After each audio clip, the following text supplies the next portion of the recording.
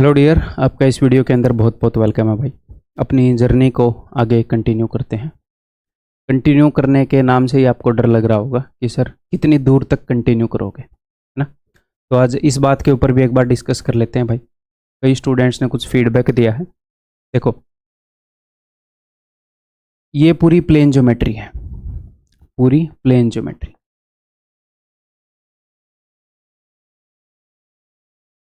ये ठीक है। तो इसके अंदर सबसे पहले एक बार हम ब्रेकअप कर लेते हैं कि कौन कौन से कंसेप्ट हैं। मैंने आपको पहले ही बताया कौन कौन से सब टॉपिक्स हैं प्लेन ज्योमेट्री में। Lines and angles, triangles, quadrilaterals, polygons, circles, miscellaneous.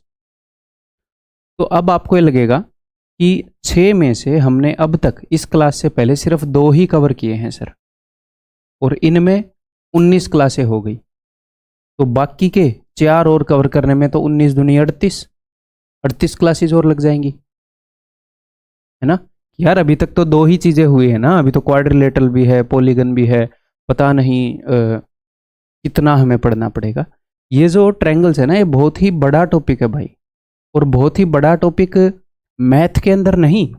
इस चीज को मत सोचना कि ये मैथ में बहुत बड़ा टॉपिक है, नहीं, ये एसएससी के सिलेबस में बहुत बड़ा टॉपिक है।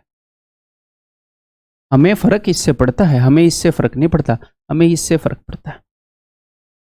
मैथ में ट्रायंगल की, सर्कल की कितनी भी अहमियत हो, आप मेरे पास एसएससी का मैथ पढ़ने आए हैं, कॉम्पिटिटिव एग्जाम का मैथ पढ़ने आए हैं। एसएससी का मैथ जिन कॉम्पिटिटिव एग्जाम में यूजफुल होगा वो सारे एग्जाम, और एसएससी के एग्जाम, इनके लिए आप मेरे पास मैथ्स पढ़ने आए। तो मैं इसके अकॉर्डिंग चलूंगा। तो ये बात क्लियर हो गई कि ये बहुत बड़ा टॉपिक क्यों है, क्योंकि एग्जामिनर इसके ऊपर तरह तरह के सवाल पूछ रहा है, अलग अलग वे में पूछ रहा है। इसके ऊपर बहुत सारे कंसेप्ट्स के ऊपर वो सवाल पूछ रहा है। तो उन चीज़ों को कवर करते हुए चलेंगे जो एग्जाम में वो पूछ सकता है, ठीक है। तो इसकी लगभग 17.5 क्लासेस हुई हैं, अब तक 19 क्लास हो चुकी हैं। लेकिन इसके बाद जब आप क्वाड्रिलेटरल देखोगे, चतुर्भुज, इसके अंदर सारे क्वाड्रिलेटरल हैं। पैरेललोग्राम हो गया, रेक्टेंगल हो गया, रोम्बस हो गया, स्क्वायर हो गया, ट्रेपेजियम हो गया, काइट हो गया, सारे पैरेललोग्राम हैं सिर्फ 2 क्लासेस के अंदर, दैट्स इट। या एट द मैक्स 2.5 क्लासेस के अंदर, 2.5 क्लासेस के अंदर, दैट्स इट, ठीक है। उसके बाद पॉलीगन्स 1 क्लास के अंदर खत्म। क्यों सर, ऐसे कैसे?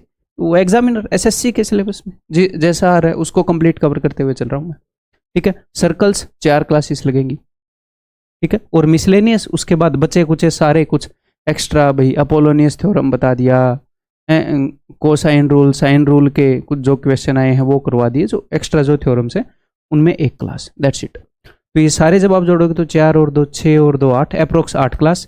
मैं आपको बोलूँगा 10 मान के चलो, ये मेरे मन में है ये नंबर, बट मुझे पता है ये बढ़ सकता है। सर बढ़ क्यों सकता है?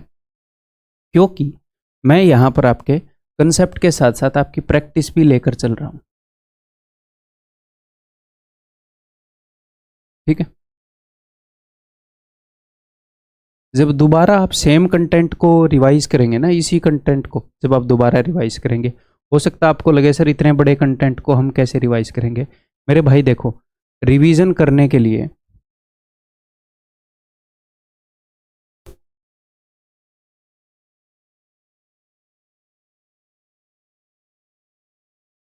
हम रिवीजन को कई तरीकों से कर सकते हैं। रिवीजन करने के लिए बहुत सारी चीज़ें हैं जो हम यूज कर सकते हैं। नंबर 1, हम कंप्लीट बैच वीडियोस देख सकते हैं। तो एट लीस्ट, बिकॉज अभी मैं कंसेप्ट प्लस प्रैक्टिस ये दोनों चीज़ें लेकर कंप्लीटली चल रहा हूं, तो मैं बोलूँगा एट लीस्ट 2 बार ये देख लो, एट लीस्ट 2 बार। मैं हमेशा से 3 बार बोलता रहा हूं, लेकिन अगर एटलीस्ट 2 बार आप ये देखोगे तो फिर एक बार जो अपना टीयर 2 बैच है उसको भी देख लो, वो फिर थोड़ा सा कंसाइज हो जाता है।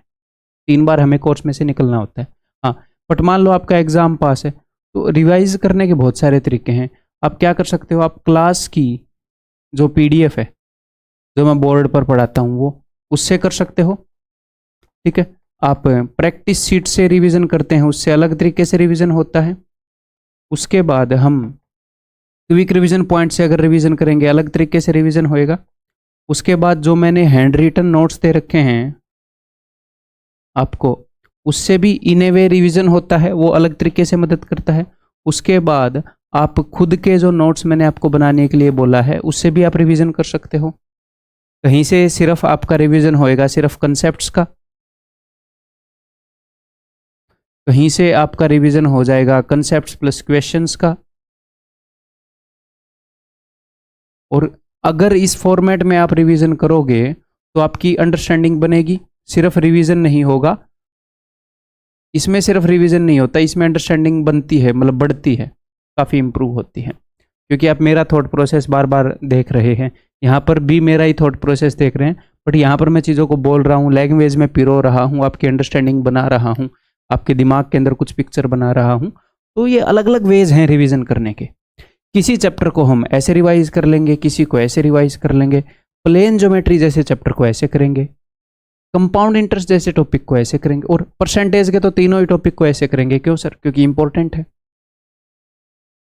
परसेंटेज, इंटरेस्ट वाला और प्रॉफिट लॉस एंड डिस्काउंट, ये तीन हैं, तो उनको भी हम ऐसे करेंगे। समझ रहे हो? तो कई टॉपिक ऐसे हैं। तो प्लेन ज्योमेट्री जो है ना भैया, प्लेन ज्योमेट्री आपको इसीलिए डिफिकल्ट नहीं लग रहा कि आपके अंदर कमी है। Plane geometry is a difficult topic. अगर हम एसएससी के बाकी टॉपिक से कंपेयर करें, प्लेन ज्योमेट्री एक मुश्किल टॉपिक है भैया। तो अगर आपको ये लग रहा है कि मुझे उतना खास समझ में नहीं आ रहा, या फिर सबसे बड़ी प्रॉब्लम क्या है कि क्वेश्चन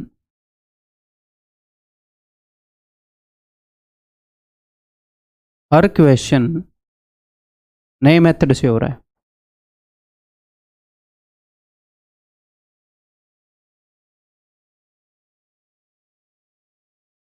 ठीक है?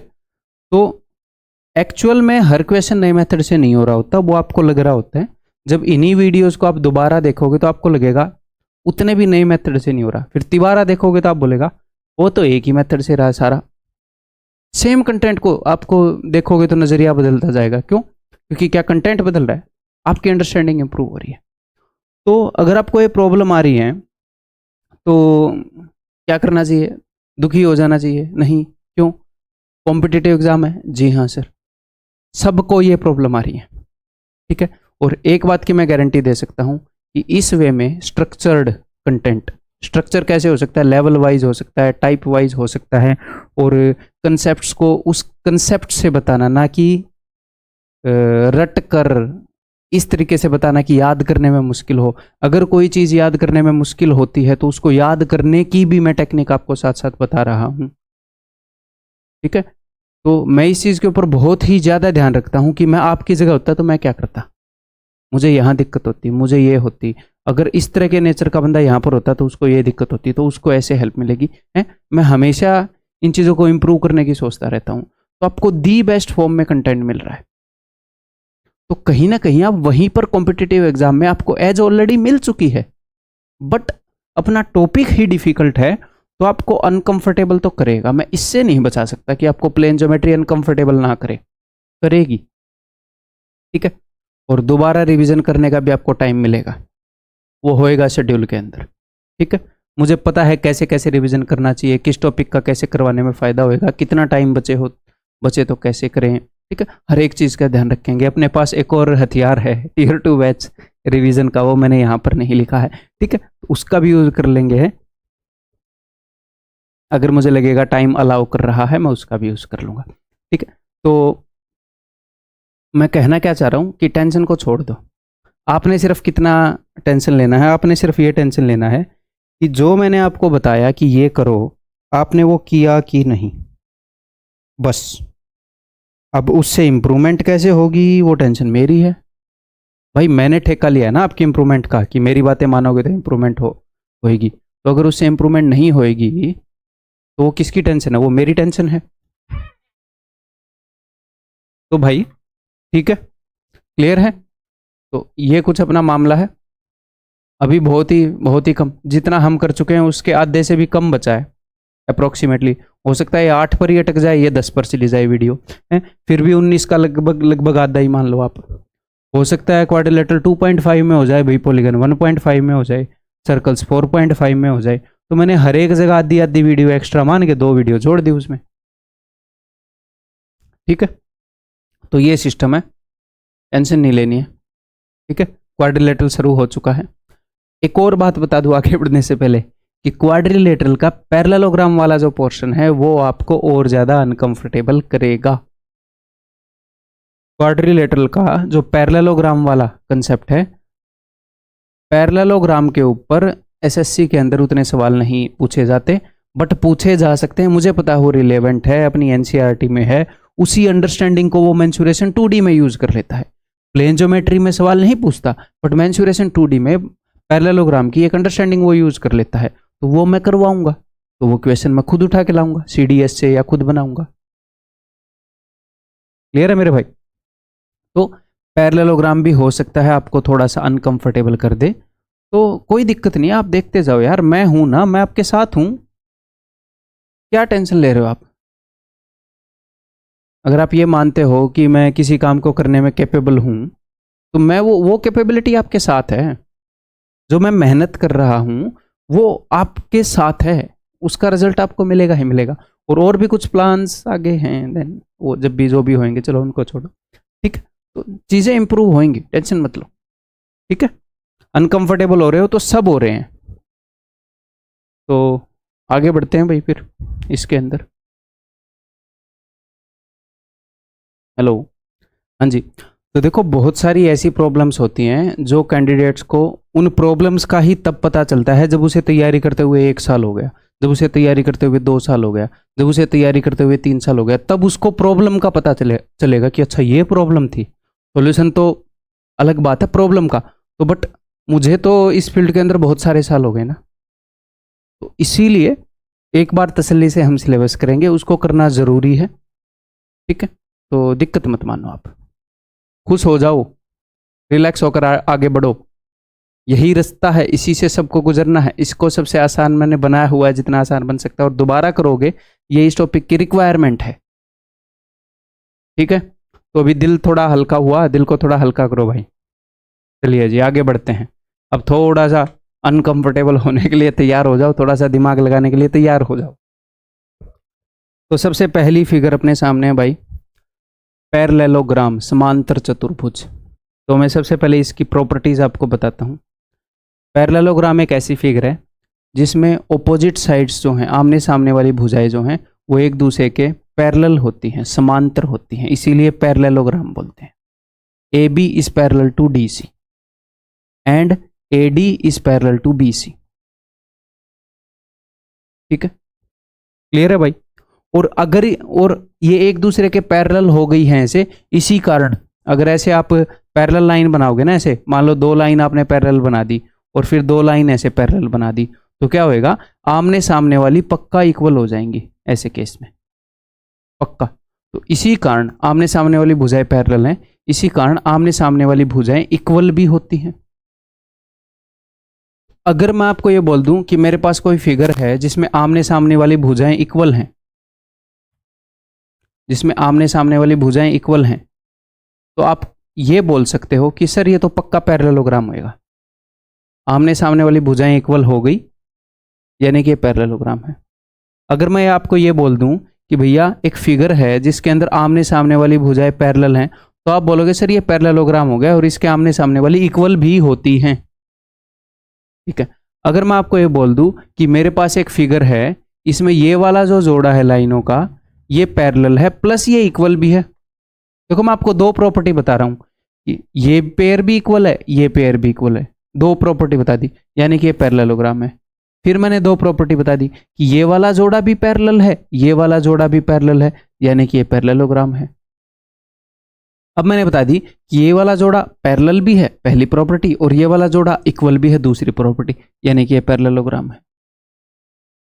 जस्ट मुझे सुनते जाओ, समझते जाओ, जो एंड रिजल्ट मैं आपको आपका बेस्ट वर्जन बना दूंगा जिस तरीके से हम चल रहे हैं।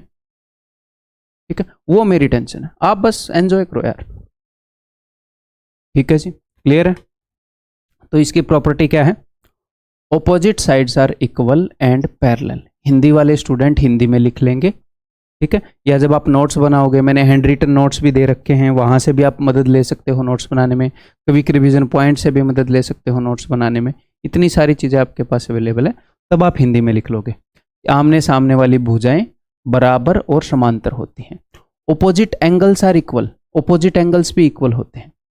देखो, अगर ये वाला एंगल मैं थीटा मान लूँ तो बिकॉज ये दोनों लाइनें पैरेलल हैं, पैरेलल हैं ऑपोजिट साइड्स, ये एक सीधी लाइन है, हाँ जी सर, तो अगर ये थीटा है तो ये क्या हो जाएगा, ये 180 माइनस थीटा हो जाएगा। आप बोलोगे जी हाँ सर, ये 180 माइनस थीटा हो जाएगा।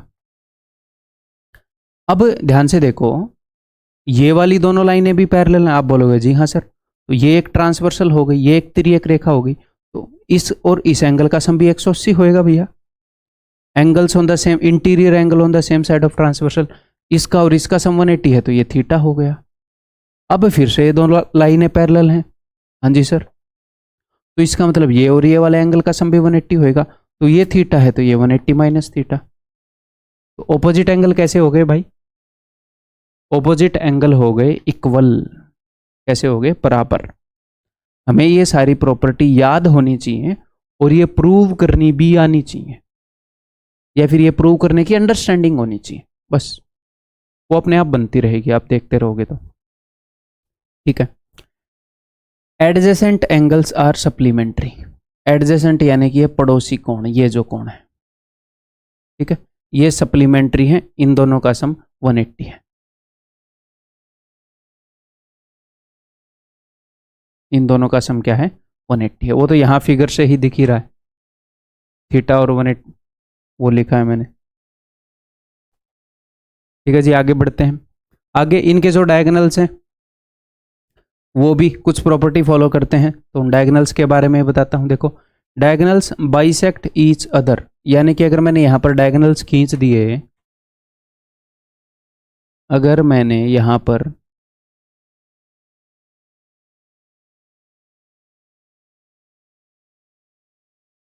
डायगोनल्स खींच दिए तो ये एक दूसरे को बाइसेक्ट करेंगे, ठीक है, समद्विभाजित करेंगे, दो बराबर हिस्सों में बांटेंगे, 2 इक्वल पार्ट्स में बांटेंगे। तो यानी कि एक दूसरे को दो बराबर हिस्सों में बांटेंगे, यानी कि डायगोनल ए सी को भी दो बराबर हिस्सों में बांट दिया गया है, यानी कि A O is equal to O C, और डायगोनल बी डी, विकर्ण बी डी को भी दो बराबर हिस्सों में बांट दिया गया है, यानी कि B O is equal to O D. ठीक है भाई, क्लियर है। Diagonals bisect the area, area को भी दो बराबर हिस्सों में बांटते हैं, यानी कि इसका मतलब क्या है, अगर अपने पास एक पैरेललोग्राम है और मैंने ये डायगोनल खींच दिया है, तो ये वाला एरिया अगर 1 यूनिट है तो ये वाला एरिया भी 1 यूनिट होगा। ठीक है, अगर अपने पास ये पैरेललोग्राम है और मैंने ऐसे दोनों डायगोनल खींच दिए, तो ये चारों एरिया बराबर होंगे, दोनों डायगोनल खींच दिए तो। ठीक है सर, क्यों बराबर होंगे ये भी देखें।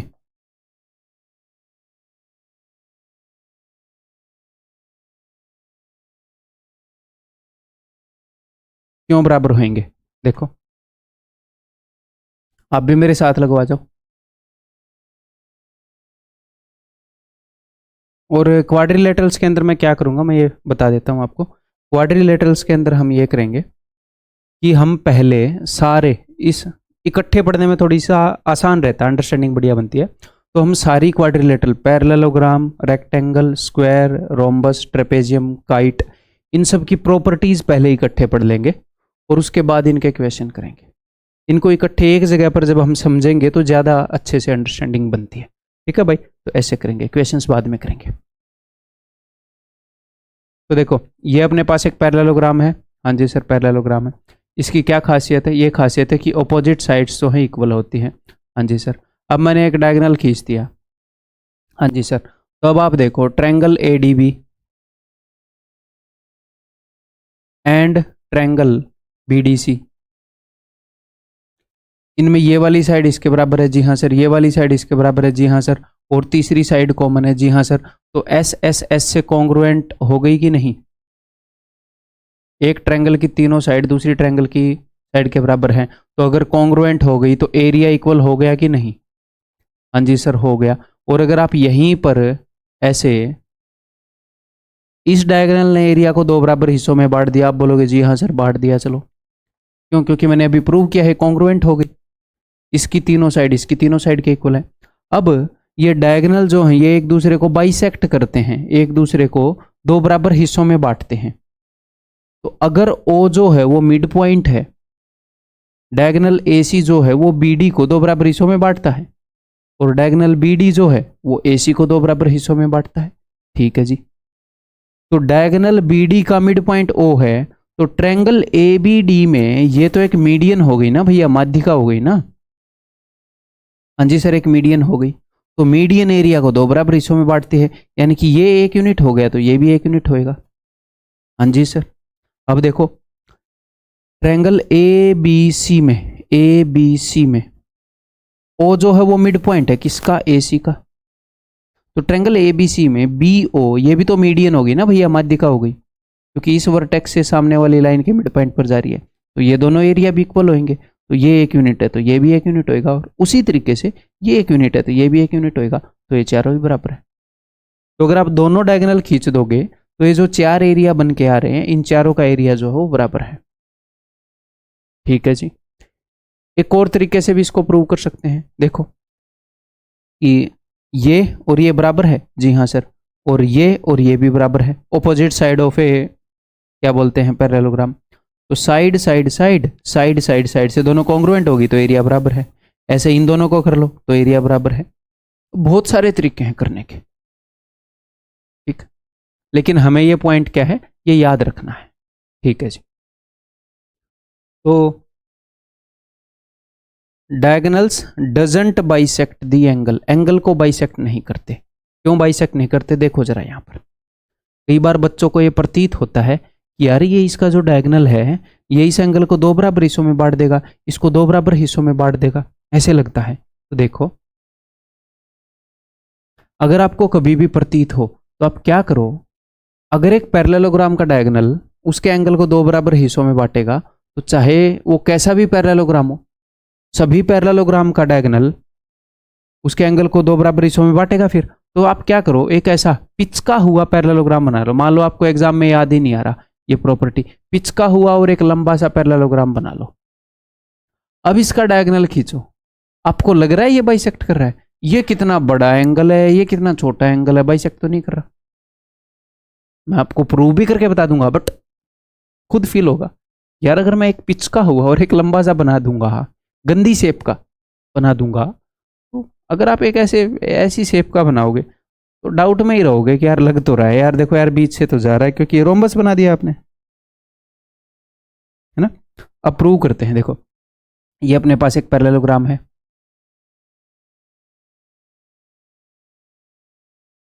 हमें एक बात पता है कि ये वाली लाइन और ये वाली लाइन पैरेलल हैं, और ये डायगोनल मैंने मिला दिया, तो मुझे इतना पता है कि अगर ये ए होएगा एंगल ए, तो ये वाला एंगल ए होएगा।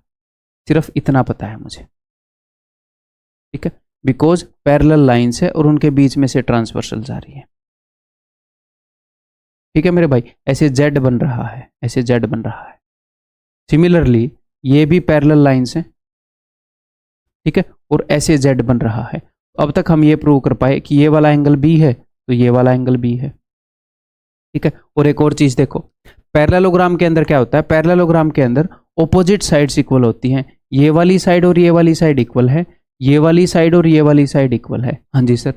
तो ट्रायंगल ए बी डी के अंदर, ट्रायंगल ए बी डी के अंदर साइड ए डी और साइड ए बी क्या इक्वल है?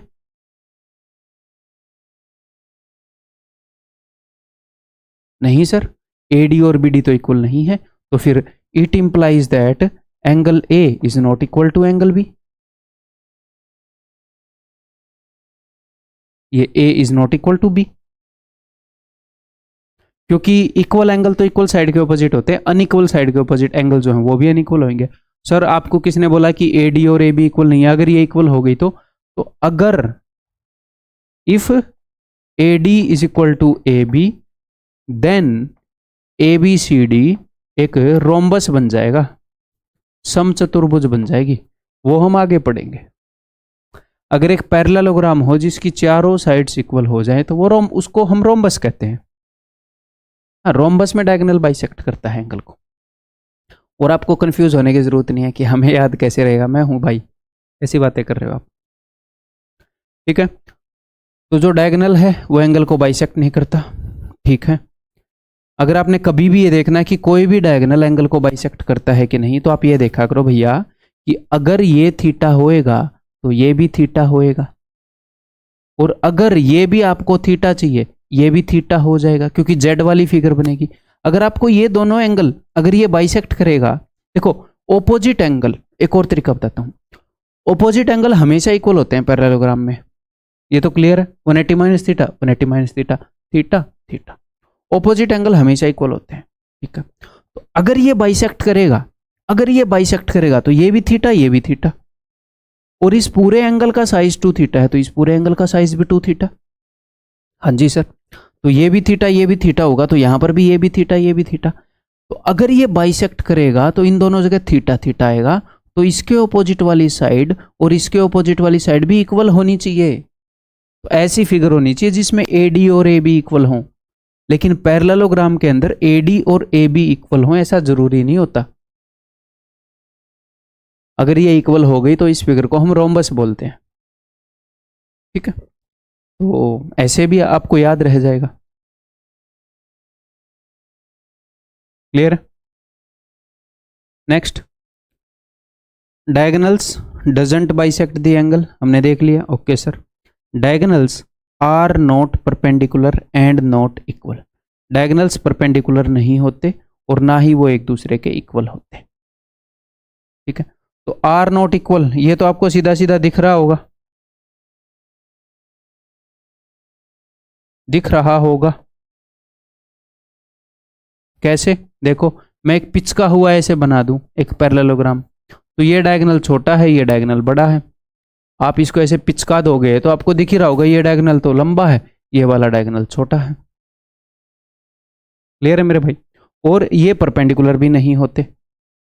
यहां पर आपको दिख रहा होगा कि यार 90 डिग्री का एंगल तो नहीं बना रहे। हम इनको प्रूव भी कर सकते हैं कि ये परपेंडिकुलर नहीं है, ये इक्वल नहीं है, बट मेन बात है फिलहाल यहां पर आपको क्या है, सेंस आनी चाहिए।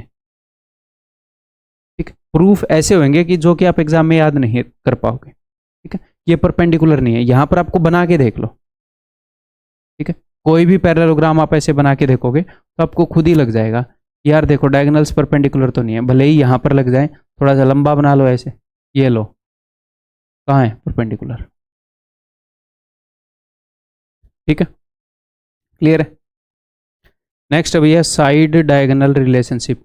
तो जनरली क्या होता है, जनरली आपको ये सारी चीजें रटनी होती हैं, लेकिन यहां पर मैं आपको रटवा नहीं रहा, मैं आपको इनकी सेंस दे रहा हूं।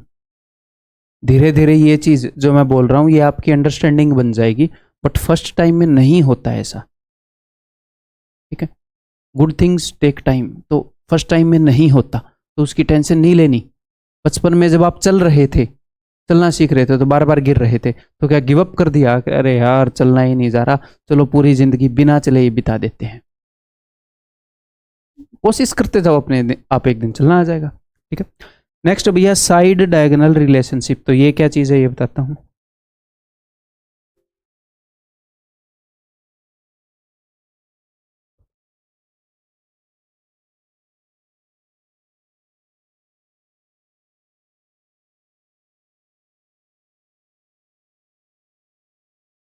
अब मैं आपको एक चीज बताऊंगा चीजों को याद करने के लिए, वो आपकी काफी चीजों की मदद कर देगी। देखो अब ध्यान से, काफी चीजों को याद करने में मदद कर देगी। इफ इन ए पैरेललोग्राम, ये हमेशा लागू होएगा for a parallelogram, for all parallelograms. ठीक है, ट्रू फॉर और ऑल पैरेललोग्राम्स।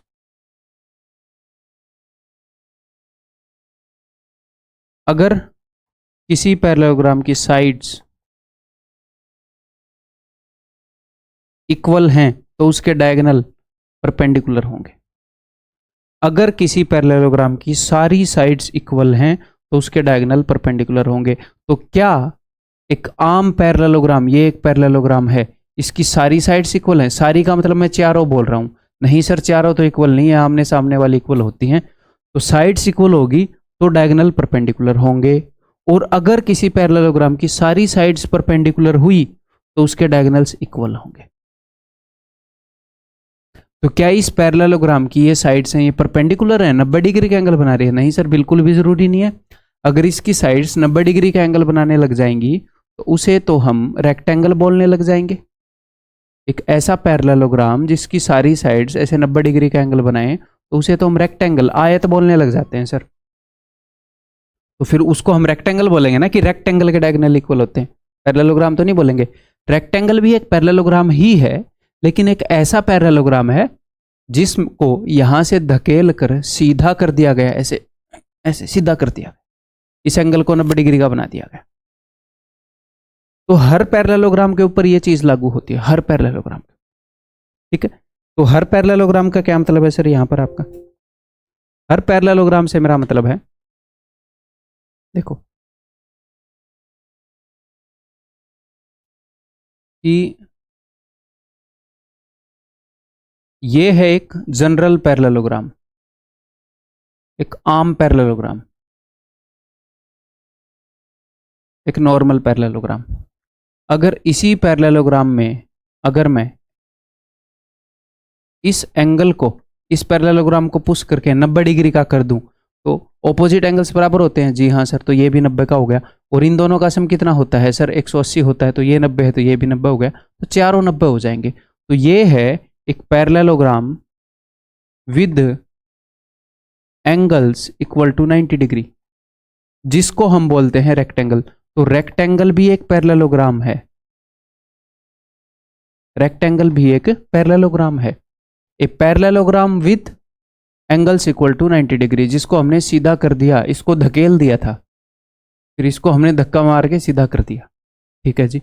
देन नेक्स्ट, अगर एक ऐसा पैरेललोग्राम हो, ये पैरेललोग्राम है ना, इसकी साइड्स जो हैं, मैंने ये वाली साइड भी इसी के बराबर बना दी, तो ये है a parallelogram with all sides equal. आमने सामने वाली तो इक्वल होती ही थी, मैंने इसको और इसको भी इक्वल कर दिया। इसको बहुत ज्यादा दूर तक मैंने खींचा ही नहीं, तो इसको हम बोल देते हैं रोम्बस, ऐसे पैरेललोग्राम को, यानी कि समचतुर्भुज।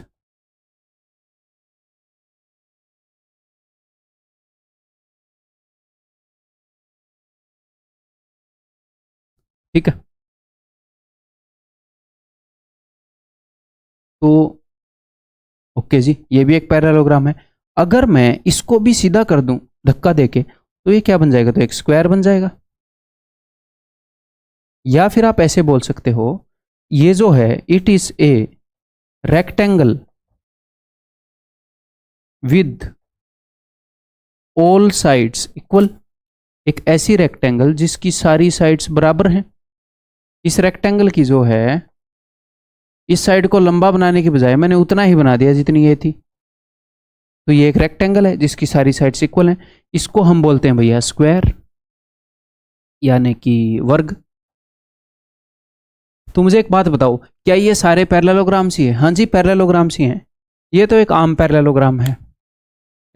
जस्ट क्या है इसकी कंडीशन? अगर कोई भी फिगर जिसकी ऑपोजिट साइड्स पैरेलल हों, वो पैरेललोग्राम हो जाएगा। अगर ऐसी एक फिगर जिसकी ऑपोजिट साइड्स पैरेलल हैं, उसमें आपने एक एंगल को 90 डिग्री बना दिया, तो वो रेक्टेंगल हो जाएगा। अगर इसकी चारों साइड इक्वल भी कर दी तो वो एक स्क्वायर हो जाएगा। या फिर पैरेललोग्राम का ये एंगल 90 डिग्री का नहीं किया, बस ये चारों साइड इक्वल कर दी, तो वो एक रोम्बस हो जाएगा। तो ये सारे पैरेललोग्राम्स ही हैं। बट ये ऐसे पैरेललोग्राम हैं जिनके अंदर मैंने क्या किया, इस पैरेललोग्राम के अंदर एक और कंडीशन ऐड कर दी, a parallelogram with all angles equal to 90 degree rectangle, a parallelogram with all sides equal rhombus समचतुर्भुज, a parallelograms with all angles equal to 90 degree and all sides equal square. इसमें मैंने एक condition add करी थी कि angle को 90 का करो, इसमें मैंने एक कंडीशन ऐड करी थी कि साइड को, सारी साइड को बराबर करो। मैंने बोला कि यार सारी साइड भी बराबर करो, सारे एंगल भी 90 करो, देखते हैं क्या बनता है, स्क्वायर बन गया। तो ये जो आपको रूल बताया है कि अगर साइड इक्वल होंगी, अगर साइड्स इक्वल होंगी तो डायगोनल्स परपेंडिकुलर होंगे, ये इन सब पे लग रहा है। बताओ किस किस की सारी साइड इक्वल हैं? सर इन दोनों की सारी साइड इक्वल हैं, तो इनकी साइड्स इक्वल हैं, तो यानी कि इनके डायगोनल्स एक दूसरे के परपेंडिकुलर होंगे। तो आपको अलग से रटना ही नहीं, साइड इक्वल तो डायगोनल परपेंडिकुलर, साइड परपेंडिकुलर तो डायगोनल इक्वल, चारों के ऊपर। तो इनके डायगोनल क्या होंगे? परपेंडिकुलर होंगे भैया। क्या इनकी चारों साइड इक्वल है? नहीं, तो डायगोनल परपेंडिकुलर नहीं होंगे। ओके, अगर साइड्स परपेंडिकुलर हैं तो डायगोनल इक्वल होते हैं, तो इसकी साइड परपेंडिकुलर है तो इसके डायगोनल्स की लंबाई बराबर होएगी, इसकी साइड परपेंडिकुलर है तो इसके डायगोनल्स की लंबाई बराबर होएगी। इसकी साइड्स परपेंडिकुलर नहीं है तो डायगोनल्स जो है इक्वल नहीं होंगे। आपको खुद ही लग रहा होगा, पिचका रखा है तो ये वाला डायगोनल लंबा होएगा, ये वाला डायगोनल छोटा होएगा। पिचका रखा है तो ये वाला डायगोनल लंबा होएगा और ये वाला डायगोनल छोटा होएगा। ठीक है, क्लियर है? तो अगर ये तीनों फिगर्स एक पैरेललोग्राम ही हैं तो पैरेललोग्राम की जो जो मैंने प्रॉपर्टी बताई वो इन सब के ऊपर लागू होएगी ना? हाँ जी सर, वो सारी प्रॉपर्टी इनके ऊपर भी लागू होएंगी, और इनके अंदर मैंने कुछ चेंज किया है तो इनके अंदर कुछ और खासियत भी आ जाएंगी। ठीक है, इस आम पैरेललोग्राम को जनरल पैरेललोग्राम में बोल दूं, है ना? ये लो, general parallelogram without any special conditions. यहां पर पैरेललोग्राम के ऊपर कुछ स्पेशल कंडीशंस लगाई गई हैं। तो ये कंसेप्ट जो है आपको मदद करेगा, ये समझ में आ गई? इसको कैसे यूज़ करना है ये समझ में आ गया? क्योंकि कल को आप ऐसे कंफ्यूज हो जाओगे कि यार रोम्बस के जो डायगोनल हैं वो क्या बोलते हैं 90 डिग्री पर हैं कि नहीं। और एक और बात, पैरेललोग्राम के अंदर मैंने आपको क्या बता रखा है कि डायगोनल्स बाइसेक्ट ईच अदर। तो पैरेललोग्राम के ऊपर जो रूल लागू हो रहे हैं ना वो इन सब के ऊपर लागू होंगे, इन सब के ऊपर। सभी के डायगोनल्स एक दूसरे को बाइसेक्ट कर रहे हैं, इन सभी में। बात यह है कि वो 90 डिग्री पर कर रहे हैं कि नहीं। यहां से हमें पता चलता है कि 90 डिग्री पर कर रहे हैं कि नहीं, इक्वल साइज के हैं कि नहीं, बट एक दूसरे को आधे आधे में काट रहे हैं, उसमें कोई डाउट नहीं है। इस पैरेललोग्राम के डायगोनल भी एक दूसरे को आधे आधे में काट रहे हैं, इसके भी, इसके भी, इसके भी। ठीक है, एक पैरेललोग्राम के डायगोनल दो इक्वल एरिया में बांट देते हैं एरिया को, तो इसके भी बांट देते हैं, इसके भी बांट देते हैं, इसका डायगोनल भी बांट देता है। अगर एक पैरेललोग्राम के दोनों डायगोनल खींच लूं तो एरिया 4 बराबर हिस्सों में बढ़ जाएगा, इसमें भी बढ़ जाएगा, इसमें भी बढ़ जाएगा, इसमें भी बढ़ जाएगा। ठीक है, क्लियर है? और अगर साइड्स इक्वल हैं तो डायगोनल परपेंडिकुलर तो होंगे ही, एंड एंगल बाइसेक्टर भी होते हैं। मैं वो कंडीशन यहाँ पर जोड़ना नहीं चाहता, ये कॉम्प्लिकेट हो जाएगी। डायगोनल इन एंगल को बाइसेक्ट कर रहे हैं कि नहीं, इस एंगल को बाइसेक्ट कर रहे हैं कि नहीं, वो डिपेंड करता है कि भैया ये दोनों साइड अगर इक्वल हैं तो इनके ऑपोजिट वाले एंगल इक्वल हो जाएंगे। ये भी थीटा, ये भी थीटा, उधर से भी ये भी थीटा, ये भी थीटा, यानी कि थीटा थीटा थीटा थीटा, यानी कि बाइसेक्ट कर दिया। तो जिनमें ये दो साइडें बराबर है ना, ये एडजेसेंट साइडें बराबर हैं, उनके डायगोनल्स वर्टेक्स पर एंगल को बाइसेक्ट करते हैं। ये वाले भी वर्टेक्स पर एंगल को बाइसेक्ट करेंगे। रेक्टेंगल का भी बाइसेक्ट नहीं करेगा क्योंकि ये दोनों साइडें बराबर नहीं है। अगर एक लंबी सी रेक्टेंगल बना लोगे ऐसे तो खुद ही समझ में आ जाएगा। ये डायगोनल खींचा तो यार ये तो छोटा लग रहा है, ये बड़ा लग रहा है, बाइसेक्ट तो नहीं कर रहा, तो इन दोनों में बाइसेक्ट नहीं कर रहा डायगोनल एंगल को। ठीक है भाई, समझ में आ गया? ये सारी चीज़ें क्या होती हैं, रटनी होती हैं जनरली, बट मैं रटवा नहीं रहा। ये लो टेक्स्ट और इनको रट लो। तो पैरेललोग्राम कर लिया हमने, ये है पैरेललोग्राम। अब हम बाकी की फिगर्स करेंगे। देखो, तो रेक्टेंगल मैंने क्या बताया था, एक पैरेललोग्राम ही है जो कि टेढ़ा था, मैंने धक्का देकर इसको सीधा कर दिया, यानी कि ये जो एंगल है ये 90 डिग्री का बन गया। बाकी पैरेललोग्राम वाली सारी प्रॉपर्टी ये फॉलो करेगा। अब ये मैंने 90 डिग्री का बना दिया तो उससे थोड़े से चेंजेस आएंगे बस। तो क्या इसकी ऑपोजिट साइड्स इक्वल हैं? इक्वल हैं, क्यों? क्योंकि हर एक पैरेललोग्राम की होती हैं। क्या ऑपोजिट साइड्स पैरेलल हैं? पैरेलल हैं, हर एक पैरेललोग्राम की होती हैं। क्या डायगोनल से एक दूसरे को बाइसेक्ट करेंगे? करेंगे, क्योंकि हर एक पैरेललोग्राम में करते हैं डायगोनल एक दूसरे को बाइसेक्ट। बाइसेक्ट, परपेंडिकुलर नहीं बोला, बाइसेक्ट, दो बराबर हिस्सों में बांटेंगे। बांटेंगे क्या डायगोनल एरिया को दो बराबर हिस्सों में बांट देगा? कोई भी एक डायगोनल बांट देगा। क्या दोनों डायगोनल बना दूंगा तो चार बराबर हिस्सों में बांट देगा? एरिया को बांट देगा। ठीक है, तो ये क्या है? A parallelogram with perpendicular sides. बस इसमें जो साइड्स हैं परपेंडिकुलर होगी, ये एक पैरेललोग्राम ही है। ठीक है जी। All angles 90 degree. हाँ जी। Diagonals are equal but not perpendicular. तो ये आप कैसे पता कर सकते हो? देखो, साइड्स, डायगोनल्स, क्या सारी साइड्स इक्वल हैं चारों? नहीं सर, सारी साइड इक्वल नहीं है। तो सारी साइड इक्वल नहीं तो सारे डायगोनल परपेंडिकुलर भी नहीं। क्या सारी साइड्स परपेंडिकुलर हैं? जी हाँ, तो सारे डायगोनल इक्वल होंगे।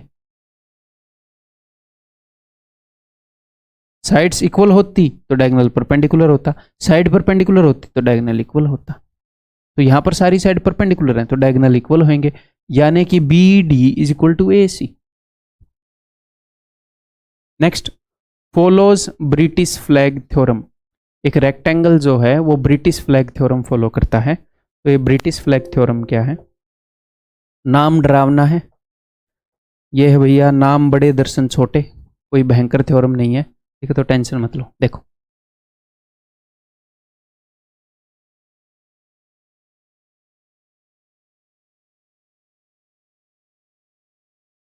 ये एक रेक्टेंगल है। तो ब्रिटिश फ्लैग थ्योरम कहता है कि अगर इस रेक्टेंगल के अंदर ये पॉइंट P जो है, point P can be inside, on and outside the rectangle.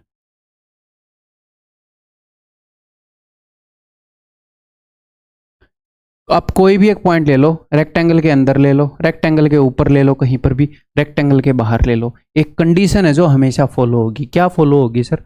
देखो जरा ध्यान से, इस पॉइंट की दूरी ले लो आप।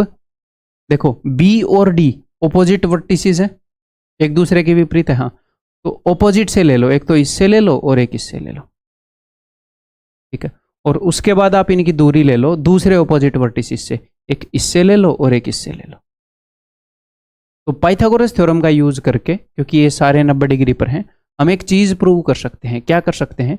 इस पॉइंट P का डिस्टेंस इन ऑपोजिट वर्टिसेस से जो है, उस डिस्टेंस का अगर मैं स्क्वायर कर दूं, यानी कि BP square plus DP square is equal to AP square plus CP square. इसको बोलते हैं ब्रिटिश फ्लैग थ्योरम। सर, इसको ब्रिटिश फ्लैग थ्योरम क्यों बोलते हैं? क्योंकि भाई जब आप इसको प्रूव करने लग जाओ, प्रूव करोगे ना, तो आपको ऐसे कंस्ट्रक्शन करनी पड़ेगी और ये अंग्रेजों के झंडे जैसा दिखता है फिर जब हम प्रूव करते हैं। तो इस कारण इसको ब्रिटिश फ्लैग थ्योरम कहते हैं। बस दैट्स इट।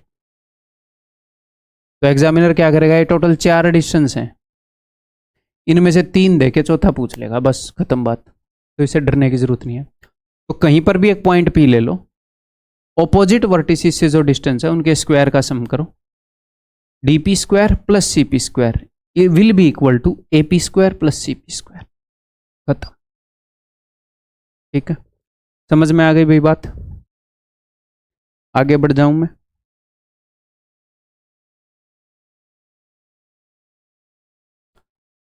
नेक्स्ट फिगर है भाई स्क्वायर। तो स्क्वायर क्या है? हमने बस क्या किया, एक रेक्टेंगल थी हमारे पास, उसमें इन दोनों साइडों को, चारों साइडों को इक्वल कर दिया तो एक स्क्वायर बन जाएगा, है ना? तो क्या स्क्वायर एक पैरेललोग्राम है? जी हाँ, पैरेललोग्राम है, क्योंकि अपोजिट साइड्स पैरेलल हैं। ठीक है, पैरेललोग्राम के अंदर बस कुछ एक्स्ट्रा कंडीशन ऐड कर दी गई है, एक स्पेशल तरह का पैरेललोग्राम है। तो क्या इसके डायगोनल से एक दूसरे को बाइसेक्ट करेंगे? करेंगे, क्योंकि हर एक पैरेललोग्राम क्या करते हैं।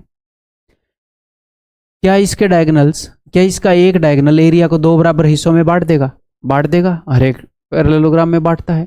क्या इसके दोनों डायगोनल में ड्रॉ कर दूं तो क्या एरिया 4 बराबर हिस्सों में बढ़ जाएगा? बढ़ जाएगा। तो कुछ नई चीजें ये हैं कि क्या इसका डायगोनल एक पैरेललोग्राम के अंदर एक डायगोनल इस एंगल को 2 बराबर हिस्सों में नहीं बांटता। कौन से पैरेललोग्राम में? जो लंबे लंबे पैरेललोग्राम होते हैं। लंबे लंबे कौन से? एक तो ये है लंबा लंबा पैरेललोग्राम, एक ये भी लंबा सा पैरेललोग्राम है। जो ऐसे होते हैं ना, ऐसे चारों तरफ से सिमेट्रिकल, ऐसे कौन सो की बात कर रहा हूं मैं? स्क्वायर की और रोम्बस की।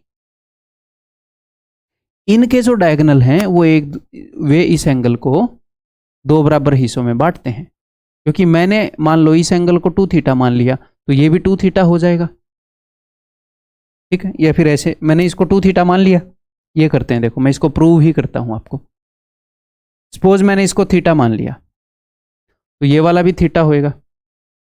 आप बोलोगे जी हाँ सर ये तो थीटा होएगा, क्यों? क्योंकि जेड बन गया, जेड पैरेलल लाइन के साथ ऑल्टरनेट इंटीरियर एंगल। अब ये दोनों साइड इक्वल हैं, हाँ जी सर ये तो इक्वल हैं, तो angle opposite to equal side are equal, तो सर ये भी थीटा हो जाएगा। हाँ जी सर, तो देखो इसने बाइसेक्ट कर दिया ना, थीटा थीटा।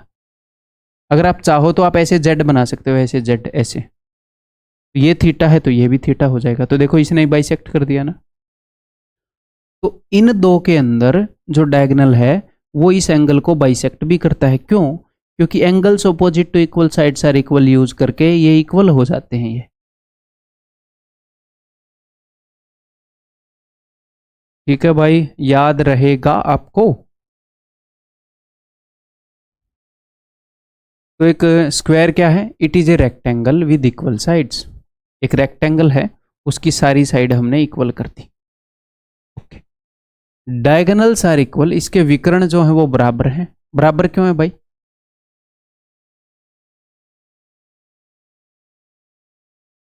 अगर साइड्स परपेंडिकुलर हुई तो डायगोनल इक्वल हो जाएंगे। क्या साइड्स परपेंडिकुलर हैं? जी हाँ सर हैं, तो डायगोनल इक्वल होंगे। अगर साइड्स इक्वल हुई तो डायगोनल जो हैं परपेंडिकुलर हो जाएंगे। क्या सारी साइड्स इक्वल है? हाँ जी सर हैं, तो डायगोनल परपेंडिकुलर भी होंगे।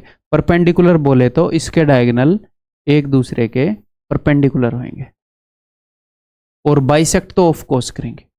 यानी कि अब ध्यान से देखिएगा, D O is equal to B ओ।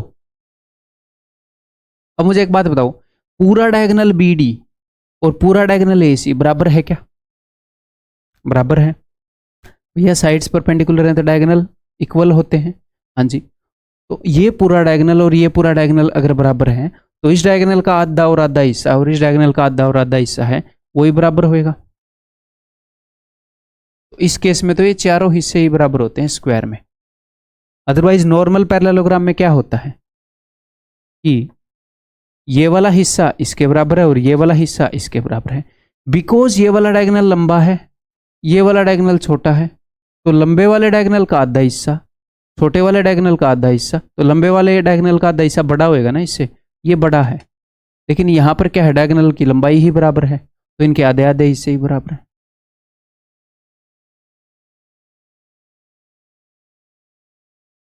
ठीक है, तो डायगोनल्स इक्वल हैं भाई, डायगोनल्स परपेंडिकुलर है मेरे भाई, और डायगोनल्स एंगल बाइसेक्टर भी हैं। क्योंकि साइड्स अगर इक्वल होती हैं तो डायगोनल्स एंगल बाइसेक्टर भी होते हैं, मैंने आपको बताया।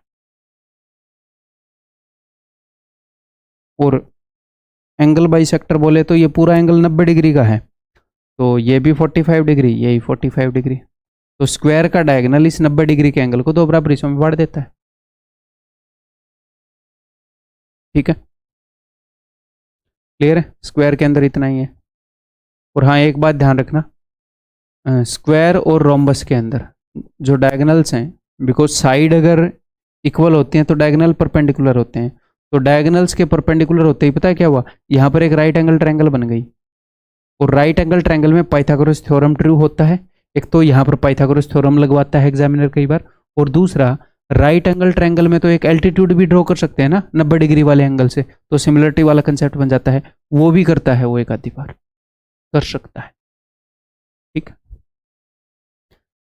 आगे बढ़ जाऊं। नेक्स्ट पैरेललोग्राम अपने पास है भैया रोम्बस, यानी कि समचतुर्भुज। तो रोम्बस क्या है? Rhombus is a parallelogram with equal sides. एक पैरेललोग्राम की सारी साइड्स इक्वल कर दी तो रोम्बस बन गया। तो पैरेललोग्राम के जितने भी रूल हैं, जितने ही प्रॉपर्टी हैं, ऑफ कोर्स ये फॉलो करेगा। कुछ एक्स्ट्रा भी इसके अंदर गुण होंगे क्योंकि इसके सारी साइड हमने इक्वल कर दी, तो कुछ एक्स्ट्रा गुण भी इसके अंदर आ जाएंगे। ठीक है, तो डायगोनल्स आर परपेंडिकुलर, क्यों? विकर्ण जो हो परपेंडिकुलर क्यों होंगे? देखें,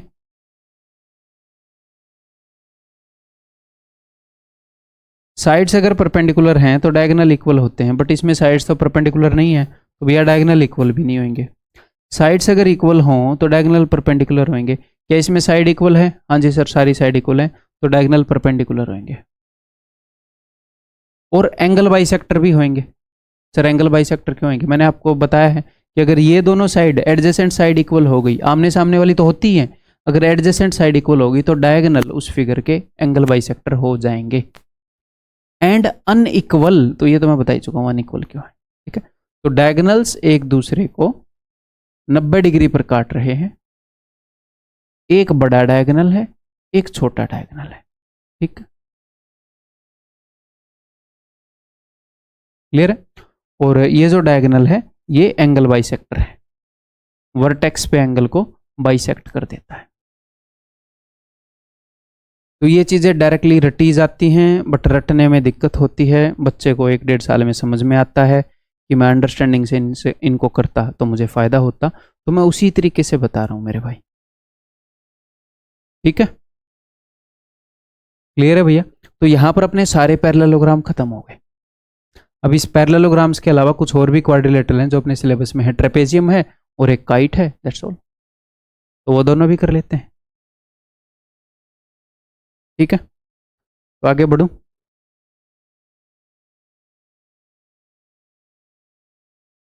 तो नेक्स्ट इज ट्रेपेजियम, समलंब चतुर्भुज।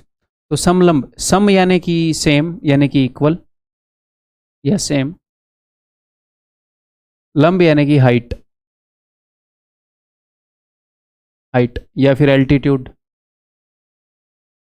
एक ऐसा चतुर्भुज, एक ऐसा क्वाड्रिलेटरल जिसकी हाइट सेम है, जिसकी हाइट सेम, ऐसे हाइट सेम है। सर हाइट सेम क्यों है? क्योंकि यहां से अगर आप एल्टीट्यूड खींचोगे तो जो हाइट है वही हाइट यहां से है। क्यों सर? बिकॉज ये दोनों पैरेलल हैं, ये दोनों पैरेलल हैं। हाँ, तो क्या सर एडी और बीसी पैरेलल है? नहीं। अगर एडी और बीसी पैरेलल हो जाती तो ये पैरेललोग्राम हो जाता, क्योंकि ऑपोजिट साइड्स पैरेलल हो गई सारी। तो अगर सिर्फ एक जोड़ा पैरेलल साइड का हो, देखो दो का जोड़ा हो गया तो पैरेललोग्राम बोल देंगे, सिर्फ एक पेयर ऑपोजिट साइड का पैरेलल हो तो उसको ट्रेपेजियम बोलते हैं। ये बोलते हैं कि उस फिगर की ये खासियत है कि इसकी हाइट सेम है। ठीक है, बिकॉज ये पैरेलल है। ठीक है,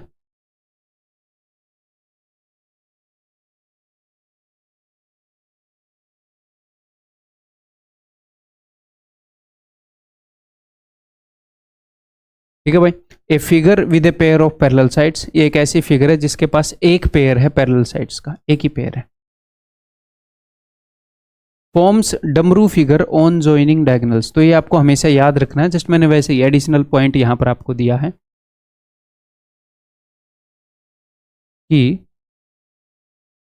अगर एक ट्रेपेजियम में हम इसके डायगोनल्स को मिला देते हैं, तो हमने पहले भी किया है, तो ये डमरू बनता है। आपको ये याद रखना है हमेशा है। और ये पैरेलल है, डमरू वाला पैरेलल करती है, सिमिलर बनते हैं, बस आपके दिमाग में फीड कर रहा हूं बस। Next, line joining the mid points of the sides and diagonals, तो ये एक थ्योरम है। इसके आगे कितने हम एक बार ये देख लूं, ये दो ही चीजें हैं ना। हाँ, तो ये मैं बता देता हूं आपको यहां पर बना के।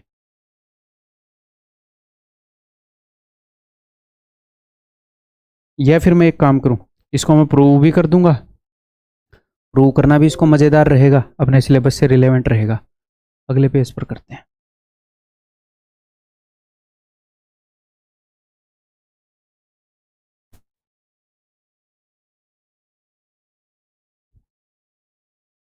देखो,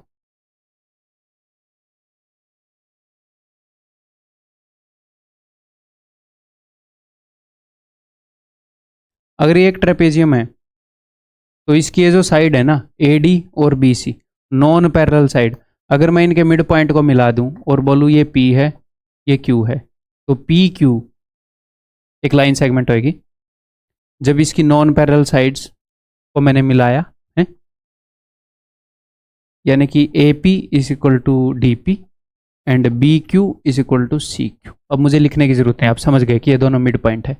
तो P Q is equal to sum of parallel sides, sum of parallel sides बटे में 2, सम बटे 2, यानी कि A B plus D C बटे में 2। क्लियर है? और ऐसे ही अगर मैं इसके डायगोनल्स मिला दूंगा ऐसे, और इसके डायगोनल्स के मिड पॉइंट से कोई साइड बनाओ, तो इसके डायगोनल्स का जो मिड पॉइंट है वो यहीं पर होएगा और यहीं पर होएगा, इस वाले डायगोनल का मिड पॉइंट। तो यहां पर जो लाइन बनेगी एम एन होएगी डिफरेंस ऑफ पैरेलल साइड्स बटे 2। बड़े वाली पैरेलल साइड कौन सी है? A B. तो A B minus D C बटे 2। कैसे, ये देखते हैं भाई हम। लेट अस सी कैसे। इनके मिड पॉइंट यहीं पर क्यों लाई करेंगे ये भी देख लेंगे, वैसे आप खुद आप भी बता सकते हो मुझे। चलो पहले ये करते हैं भाई, कैसे होएगा। तो हमने प्रूव करना है कि हमने पी क्यू की लंबाई निकालनी है बेसिकली, है ना।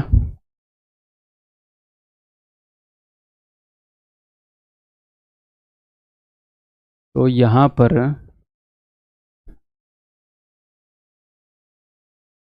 अगर ये मिड पॉइंट है, ठीक है,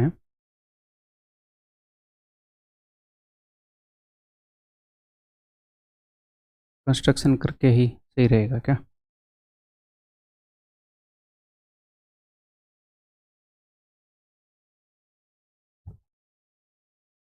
ऐसे कर लेते हैं। देखो अगर ये मिड पॉइंट है तो यहाँ से मैं ये करता हूँ, ये ड्रॉ कर दूँ अगर मैं, यहाँ पर ये मिड पॉइंट हो गया और ये लाइन इसके पैरेलल है, ये हमने प्रूव नहीं किया है। Let me think. एक डायरेक्ट अंडरस्टैंडिंग है, मैं उससे नहीं बताना चाह रहा, मैं बिल्कुल एक बार कोर तरीके से जाना चाह रहा हूँ। तो अगर ये दोनों लाइनें अब तक मेरे पास पैरेलल है, इन दोनों ट्रायंगल को प्रूव करके कुछ नहीं होएगा, एक बार मुझे सोचना पड़ेगा।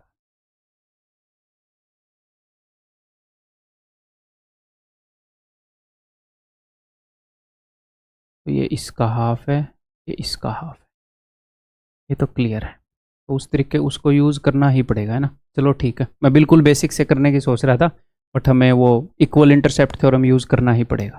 ठीक है, देखो यहाँ पर डी सी एक पैरेलल लाइन है और ए बी एक पैरेलल लाइन है। ठीक है, डी सी और ए बी, और इस डी सी और ए बी में से ऐसे एक लाइन जा रही है, ये डी ए, हाँ जी सर, और यहाँ से एक लाइन जा रही है ऐसे सी बी। तो P मिड पॉइंट है, Q मिड पॉइंट है। ठीक है, तो देखो इक्वल इंटरसेप्ट थ्योरम दूसरे तरीके से बताना पड़ेगा। इक्वल इंटरसेप्ट थ्योरम में ये था कि अगर ये तीनों लाइनें पैरेलल हैं तो यहाँ से कोई भी लाइन आप पास कर लो, यहाँ से कोई भी लाइन पास कर लो, अगर इसका और इसका रेशियो, इस लाइन को जिन दो रेशियो में, इस लाइन की लंबाई को जिस रेशियो में बांटेंगी ये पैरेलल लाइंस, उसी रेशियो में ये और ये होगा, उसी रेशियो में ये और ये होगा। तो इसका मैं उल्टा भी बोल सकता हूं कि अगर कोई लाइन ऐसे मल्टीपल लाइंस को सेम रेशियो में बांट रही है, सेम रेशियो में बांट रही है, तो यानी कि ये पैरेलल है इन दोनों के। तो यहां पर ये जो लाइन है पी क्यू, ये तीन देखो डी सी और ए भी पैरेलल है, मुझे पता है, इनके बीच में मैंने एक लाइन खींच दी पी क्यू, तो ये इधर भी सेम रेशियो में बांट रही है, इधर भी सेम रेशियो में बांट रही है, यानी कि this P Q is parallel to these two lines. ये यूज करना ही पड़ेगा, अदरवाइज अननेसेसरी कॉम्प्लिकेटेड हो जाएगा। ठीक है, इक्वल इंटरसेप्ट थ्योरम मैंने यूज कर लिया। ठीक है भाई, तो अब तो इजीली हो जाएगा, अब तो कोई दिक्कत ही नहीं, आप इजीली बता दोगे। एक बार सोचो जरा, एक बार सोचो, ट्रायंगल ए बी डी में सोचो, ट्रायंगल ए बी डी, तो इस पॉइंट को मैं बोल देता हूं भैया एम। तो पी एम, बिकॉज ये मिड पॉइंट है, ठीक है, ये इनके पैरेलल हो गई, आप बोलोगे जी हाँ इनके पैरेलल हो गई। तो अब ध्यान से देखो, ट्रायंगल डी ए बी के अंदर ये मिड पॉइंट है, इसको 1:1 रेशियो में बांट रही है, जी हाँ सर, और ये इसके पैरेलल है, तो यहां पर भी मिड पॉइंट पर ही जाएगी। क्लियर है? अगर ये बेस के पैरेलल है तो इस ट्रायंगल के अंदर सिमिलरिटी वाले कंसेप्ट से इस लाइन को जिस रेशियो में बांटेगी उसी रेशियो में इस लाइन को बांटेगी। जी हाँ सर, तो P M is half of A B, A B की हाफ है, जी हाँ सर, और in triangle B D C, B D C same base के पैरेलल हो गई, यहां पर मिड पॉइंट है तो वहां पर भी मिड पॉइंट से गुजरेगी। जी हाँ सर, ठीक है, बिकॉज बेस के पैरेलल अभी है ये। जी हाँ, इसको जिस रेशियो में बांटेगी उसी रेशियो में इसको बांटेगी, तो ये लाइन मिड पॉइंट को ज्वाइन करने से बनी है, तो तीसरी वाली लाइन के क्या होगी, तीसरी वाली लाइन के हाफ होगी और उसके पैरेलल होगी। ठीक है, तो M Q is equal to half of C D.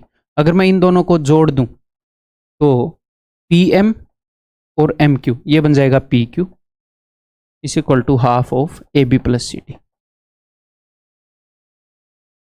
ठीक है, क्लियर है भाई? आगे बढ़ते हैं, फिर इसको प्रूव करते हैं अब नेक्स्ट चीज को।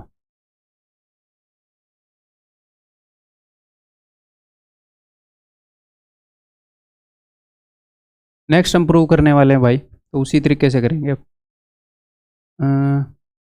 डायगोनल्स उसी तरीके से कर दूं, वही बता देता हूँ। देखो P है और ये Q है, ये इसके मिड पॉइंट को, ये इसका मिड पॉइंट है, ये इसका मिड पॉइंट है, तो इसके नॉन पैरेलल साइड्स के मिड पॉइंट्स को मिलाने से बनी है ये लाइन। ठीक, और CD और AB ये दोनों पैरेलल हैं। तो मैं आपको ये बता चुका हूँ कि मान लो ये दो लाइनें पैरेलल हैं और एक तीसरी लाइन गुजर रही है, और ये वाला डिस्टेंस और ये वाले डिस्टेंस का जो रेशियो है, ये वाला डिस्टेंस और ये वाले डिस्टेंस का रेशियो है, अगर ये इक्वल हो गया यानी कि ये लाइन भी इनके पैरेलल हो जाएगी। ठीक है, और यहां से अगर आप ऐसे डायगोनल खींचोगे, अगर आप ऐसे डायगोनल खींचोगे तो ध्यान से देखो, ये तीनों लाइनें मैं पैरेलल प्रूव कर चुका हूं। तो अगर ये तीनों लाइनें पैरेलल हैं और ये किसी भी लाइन को दो बराबर हिस्सों में बांटती हैं, दो बराबर हिस्सों में बांटती हैं, तो कितनी भी तिरछी लाइन मार दो, कितनी भी तिरछी लाइन मार दो, ये पॉइंट जो है इसको और इसको दो बराबर हिस्सों में बांटेगा। तो कितनी भी तिरछी लाइन मार दो, यहीं पर इस लाइन के दो टुकड़े होंगे, कितनी भी तिरछी लाइन मार दो, यहीं पर इस लाइन के दो बराबर टुकड़े होंगे। ठीक है मेरे भाई, और अगर ये m है और ये n है, तो मुझे mn निकालना है, तो मैं दो काम कर सकता हूं, मैं pn में से pm घटा दूंगा या qm में से qn घटा दूंगा, और यहां पर मैं सिमिलरिटी का यूज करूंगा।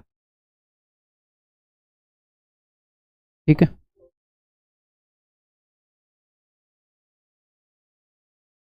यहां पर जो थ्योरम है वो मैं लिख देता हूं कि mn इज इक्वल टू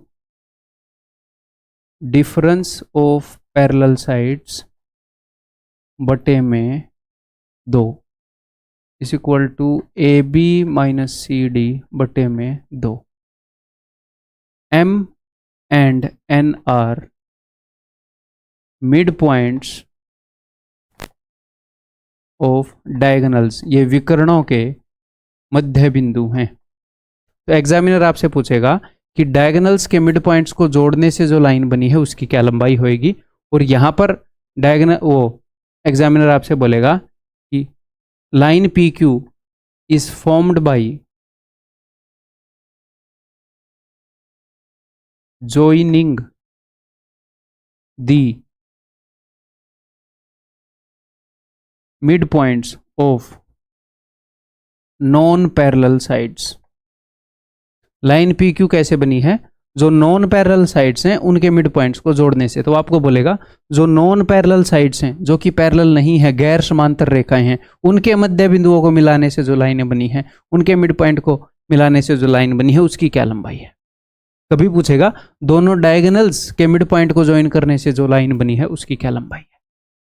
ठीक है, तो यहां पर मैं देखूंगा, पहले तो मैं पी एन निकालना चाहूंगा, तो अगर मैं पी एन निकालूंगा तो बताओ कौन सी ट्रायंगल यूज करनी पड़ेगी, D A B, triangle D A B. Triangle D A B में P N is parallel to A B, ये बेस के पैरेलल है। हाँ जी सर, बेस के पैरेलल है। और पी और एन मिड पॉइंट है। हाँ जी सर, तो इससे मैं बोल सकता हूं कि P N is half of A B. भैया ये मिड पॉइंट है, ये मिड पॉइंट है, वो मैं प्रूव कर चुका हूँ, वो इक्वल इंटरसेप्ट थ्योरम से प्रूव होएगा। तो ये पी एन बेस के हाफ हो जाएगी। ठीक है सर, अब मैं निकालूंगा जी एम एन। तो एम एन मैं किस ट्रायंगल के अंदर निकाल सकता हूँ, देखें। नहीं सॉरी, एम एन निकालना, मैं पी एन निकाल चुका हूँ, पी एम निकालूंगा जो मुझे घटाना है। तो पी एम किस ट्रायंगल में आता है बताओ। सोचो, इन ट्रायंगल ए पी सी। आपसे ये प्रूफ नहीं पूछेगा वो एग्जाम में, तो इस चीज़ की टेंशन मत लेना। अगर आप ये सोच ना पाओ जो मैं आपको बता रहा हूँ, आपके ब्रेन को स्टिमुलेट कर रहा हूँ मैं, ब्रेन स्टॉर्मिंग करवा रहा हूँ, जो जरूरी है हमारे एग्जाम के लिए, जो रिलेवेंट है वो वाली। ठीक है, तो टेंशन नहीं लेना, आप मजे लो, बस अपना दिमाग दौड़ाओ जब मैं दौड़ाने के लिए बोल रहा हूँ। तो in triangle A D C, in triangle A D C P M is parallel to D C, और ये डी सी ट्रायंगल का बेस है, और ये पी और एम जो है ये मिड पॉइंट है। तो P M is half of D C. अगर आप एक काम करो, आप ऊपर वाले में से नीचे वाला घटा दो, ये मान लो 1 है, ये मान लो 2 है, अगर आप 1 माइनस 2 कर दो तो P N minus P M, P N minus P M, तो एम एन आ जाएगा। आप बोलोगे जी हाँ sir, that is equal to half, दोनों में कॉमन है। हाँ जी sir, A B minus D C. ठीक है, तो हमें क्या याद रखना है, अब मैं आपको बताऊं, हमें ये याद रखना है किसी भी ट्रेपेजियम के अंदर जो नॉन पैरेलल साइड हैं, अगर उनके मिड पॉइंट्स को मिलाकर जो लाइन बनेगी वो दोनों पैरेलल साइड के सम का हाफ होगी, half of sum of parallel sides. अगर दो चीज़ों के सम का हाफ हो तो उसको उनकी एवरेज भी बोलते हैं। एक्स और वाई की एवरेज क्या होगी, एक्स प्लस वाई बाई 2। तो आप ऐसे भी बोल सकते हो कि जो लाइन है जो नॉन पैरेलल साइड के मिड पॉइंट्स को जोड़ने से बनी है वो उन दोनों की एवरेज है। ऐसे ही दो डायगोनल्स के मिड पॉइंट को ज्वाइन करने से जो लाइन बनी है वो उनके डिफरेंस का हाफ है। साइड्स के मिड पॉइंट को जोड़ने से बनेगी वो सम का हाफ है। तो आपको खुद ही लग रहा होगा कि पी क्यू तो बड़ी है यार, तो ये तो सम का हाफ होगी, एम एन छोटी है, ये इनके डिफरेंस का हाफ होगी। ठीक है, क्लियर है भाई। तो इस लेक्चर के अंदर मेरे को लग रहा है हम फिगर्स के बारे में ही जानेंगे, अगले लेक्चर से क्वेश्चन करेंगे, तो फिर 2.5 लेक्चर हो जाएंगे मुझे लग रहा है। तो ऐसा इसलिए मैं 10 क्लास बोल रहा था, बची होंगी 5 दिन में हो जाएंगी 10 क्लास खत्म। तो नेक्स्ट फिगर है जी अपने पास काइट। तो काइट आपने पतंग उड़ाया है, उसी टाइप काइट, पतंग हिंदी में पतंग बोलते हैं इस फिगर को, तो उसी टाइप की फिगर है। आप कभी ऐसा पतंग उड़ा सकते हो, देखना एक बार जरा कि ऐसा पतंग, पतंग को ऐसे उड़ा सकते हो आप, ऐसे एक तरफ से ऐसे लंबा है, एक तरफ से ऐसे छोटा, नहीं उड़ा सकते। अगर इस तरह की फिगर का पतंग उड़ाना है तो ऐसे नीचे ही करना पड़ेगा। तो पतंग एक कैसी चीज़ है, काइट एक ऐसी चीज़ है कि अगर यहां पर मैं एक सीधी लाइन मारूं ऐसे, तो इसके राइट हैंड साइड वाला और इसके लेफ्ट हैंड साइड वाला, इसको आप ऐसे फोल्ड कर सकते हो, एक दूसरे के ऊपर आ जाएगा। ठीक, एक दूसरे के कॉन्ग्रुएंट है ये फिगर। काइट कौन सी फिगर को बोलते हैं, जिसकी एडजेसेंट साइड्स इक्वल हों। Figure with 2 pairs of equal adjacent sides. क्या मतलब सर, यानी कि A B is equal to A D, A B is equal to A D and C B is equal to C D, इसको kite बोलते हैं। समझ में आ गई बात।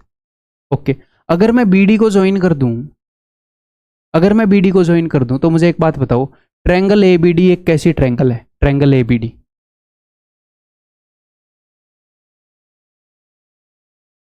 आइसोस्केलस है ना, और ट्रायंगल सी बी डी वो भी आइसोस्केलस है सर, दो साइड इक्वल है। तो काइट पता है कैसे बनता है, दो आइसोस्केलस ट्रायंगल जिनके बेस की लंबाई सेम है, जिनके आधार की लंबाई सेम है, उनको चिपका देते हैं बस। तो आइसोस्केलस ट्रायंगल की जितनी भी आपकी अंडरस्टैंडिंग है वो यहां पर काम आ जाएगी, खत्म बात। ठीक है, क्लियर है, made up of 2 isosceles triangles. अब देखो, अगर मैं इस आइसोस्केलस ट्रायंगल के अंदर यहां पर मान लो मिड पॉइंट है, ठीक है, अगर मैं इस आइसोस्केलस ट्रायंगल के अंदर मीडियन खींच दूंगा तो आप ये बोलोगे सर इसकी जो मीडियन है वो इसके परपेंडिकुलर भी होगी, क्योंकि आइसोस्केलस ट्रायंगल के अंदर ये मीडियन भी है, एल्टीट्यूड भी है, सर ये इसके एंगल को भी बाइसेक्ट करेगी। ठीक है सर। अगर मैं नीचे वाली आइसोस्केलस ट्रायंगल के अंदर अगर ये मिड पॉइंट है इसके ऊपर ले आऊंगा, मिड पॉइंट के ऊपर, तो ये एल्टीट्यूड है, मिड पॉइंट पर आ रही है, तो यानी कि ये एल्टीट्यूड भी है, मिड पॉइंट पर आ रही है, तो ये मीडियन है, मध्य का है। बट जो मीडियन है वही एल्टीट्यूड है, वही एंगल बाइसेक्टर है, यानी कि ये वाला एंगल अगर अल्फा हुआ तो ये वाला एंगल भी अल्फा हो जाएगा। हाँ जी सर। तो क्या ये चीजें हमें अलग से याद करनी है? एक काइट के अंदर डायगोनल्स 90 डिग्री पर एक दूसरे को काटते हैं, 90 डिग्री पर काटते हैं। क्यों काटते हैं? क्योंकि वो दो आइसोस्केलस ट्रायंगल्स को चिपका कर बनाया हुआ होता है। तो आइसोस्केलस ट्रायंगल, यहां से आप मीडियन खींचोगे तो ये भी 90 डिग्री पर होगा, यहां से आप मीडियन खींचोगे ये भी 90 डिग्री पर होगा। अब देखना जरा ध्यान से, साइड लाइन देखो APC, लाइन APC में, क्योंकि कई बार बच्चों के दिमाग में ये आ सकता है कि सर मान लो ये काइट है और आपने यहां से मिड पॉइंट खींचा, ऐसा आया, यहां से मान लो यहां पर है मिड पॉइंट, ऐसे आया, तो ये सीधी लाइन तो नहीं बनी। दोस्त ये वाला एंगल भी 90 है, ये वाला एंगल भी 90 है, अगर दोनों एंगल का सम 180 हो गया, यानी कि ये बिल्कुल सीधी लाइन बनी है। ये डायगोनल बना है इसका, तो डायगोनल एक दूसरे को 90 डिग्री पर काटते हैं, प्लस कोई एक डायगोनल दो बराबर हिस्सों में भी कटता है। कौन से वाला डायगोनल कटता है याद रखने की जरूरत नहीं है, आप समझ ही गए, आइसोस्केलस ट्रायंगल है तो जो डायगोनल दोनों आइसोस्केलस ट्रायंगल का बेस बनेगा वही दो बराबर हिस्सों में कटेगा। और एक और बात मैं आपको बता दूं कि ABD आइसोस्केलस ट्रायंगल है, आप बोलोगे जी हाँ, तो मैंने बीच में से लाइन खींची, तो ये वाला हिस्सा और ये वाला हिस्सा दोनों एक दूसरे के कॉन्ग्रुएंट होंगे, क्योंकि आइसोस्केलस ट्रायंगल तो सिमेट्रिकल होती है भाई, ऐसे बीच से काटोगे तो दोनों हिस्से बराबर होंगे। हाँ जी सर। तो हिस्सा नंबर 1, ये भी हिस्सा नंबर 1 है, ये भी हिस्सा नंबर 1 है। ऐसे इस ट्रायंगल में देखो, अगर यहां से आप एल्टीट्यूड खींचोगे तो ये वाला और ये वाला हिस्सा बराबर होंगे, आप बोलोगे जी हाँ सर ये एक आइसोस्केलस ट्रायंगल है। बीच में से लाइन खींचोगे तो दोनों हिस्से बराबर होंगे। हाँ जी सर। तो इस तरफ देखो, ट्रायंगल ABC के अंदर, ट्रायंगल ABC के अंदर हिस्सा नंबर 1 और हिस्सा नंबर 2 है, इधर भी हिस्सा नंबर 1 और हिस्सा नंबर 2 है। तो ट्रायंगल ABC और ट्रायंगल ADC ये भी एक दूसरे के कॉन्ग्रुएंट होंगी, एक दूसरे के जैसे होंगी। अगर आप एक काइट के अंदर ऐसे बीचों बीच एक लाइन खींच दोगे, कहां पर लाइन खींच दोगे?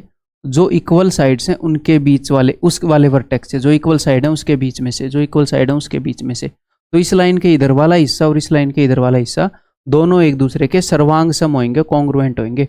फोल्ड करोगे तो एग्जैक्टली एक दूसरे को कवर कर लेंगे। ठीक है। One diagonal is on line of symmetry. Line of symmetry क्या होती है? लाइन ऑफ सिमेट्री होती है ऐसी लाइन जिसके दोनों तरफ फिगर जो है बिल्कुल समान हो, एक दूसरे को कवर कर ले, तो ये है लाइन ऑफ सिमेट्री। तो जो डायगोनल AC है ये लाइन ऑफ सिमेट्री के ऊपर है। ये इस फिगर को दो बिल्कुल सिमेट्री, इस फिगर को आप ऐसे बोल सकते हो, यहां पर शीशा रख दूंगा तो इस फिगर के उधर वाली फिगर ही बनेगी। ठीक है। All kites are tangential quadrilateral, सारे काइट टेंजेंशियल क्वाड्रिलेटरल होते हैं। ये जस्ट एक्स्ट्रा इन्फॉर्मेशन है। इसका मतलब क्या है? स्पर्श रेखीय क्वाड्रिलेटरल, स्पर्श रेखीय चतुर्भुज, उसका क्या मतलब है? एक ऐसी चतुर्भुज जो स्पर्श रेखाओं से बनी है। सर स्पर्श रेखाओं से कैसे बनती है? टेंजेंट से कैसे बनती है? अगर कोई ऐसी क्वाड्रिलेटरल होती है जिसके अंदर एक सर्कल आ सकता है, तो ये भी सर्कल का टेंजेंट है, सर्कल की स्पर्श रेखा है, ये भी सर्कल की स्पर्श रेखा है, ये भी सर्कल का टेंजेंट है, ये भी सर्कल की स्पर्श रेखा है। तो स्पर्श रेखाओं से बनी हुई है। हालांकि अब तक इसका यूज नहीं हुआ है, बट वैसे ही बता दिया इसके बारे में, टेंशन मत लेना इसके बारे में ज़्यादा। अच्छा इतना ही है। ठीक है भाई, क्लियर है। यहाँ पर एक और इन्फॉर्मेशन दे दूँ कि triangle ABC is congruent to triangle ADC। ठीक है, आप ऐसे भी बोल सकते हो, ये SSS से भी कॉन्ग्रुएंट है। देखो ये इसके इक्वल है, ये इसके इक्वल है। ट्रायंगल ABC में ये वाली साइड इक्वल, इसमें ये वाली साइड इक्वल, और ए सी तो कॉमन हो गई, एस एस एस से दोनों कॉन्ग्रुएंट है। मैं बता रहा था ना दोनों एक जैसी हैं। ठीक है, देन इसके बाद हम पैरेललोग्राम के क्वेश्चन स्टार्ट करेंगे। तो ये हम अगली वीडियो से स्टार्ट कर लेंगे भाई, अगली क्लास से। और पैरेललोग्राम के क्वेश्चन थोड़े से अनकंफर्टेबल करने वाले होंगे। उसके बाद पैरेललोग्राम के आगे स्क्वायर, रेक्टेंगल आएंगे, उनमें इजी क्वेश्चन आएंगे। पैरेललोग्राम के क्वेश्चन एसएससी में डायरेक्टली नहीं पूछे जाते, प्लेन ज्योमेट्री से मेंसुरेशन 2D में पूछे जाते हैं। तो अंडरस्टैंडिंग तो यहाँ पर बनानी पड़ेगी, तो उसके लिए मैंने बढ़िया बढ़िया क्वेश्चन लिए हैं। और पैरेललोग्राम, ये सारी फिगर पैरेललोग्राम ही है। कौन सी? रेक्टेंगल भी, स्क्वायर भी, रोम्बस भी। तो इसीलिए ताकि बढ़िया अंडरस्टैंडिंग बन जाए, मैंने बढ़िया बढ़िया क्वेश्चन लिए हैं। अगर वो अनकंफर्टेबल करें तो टेंशन नहीं लेनी आपको। ठीक है, अगली वीडियो में मिलते हैं भाई, बाय।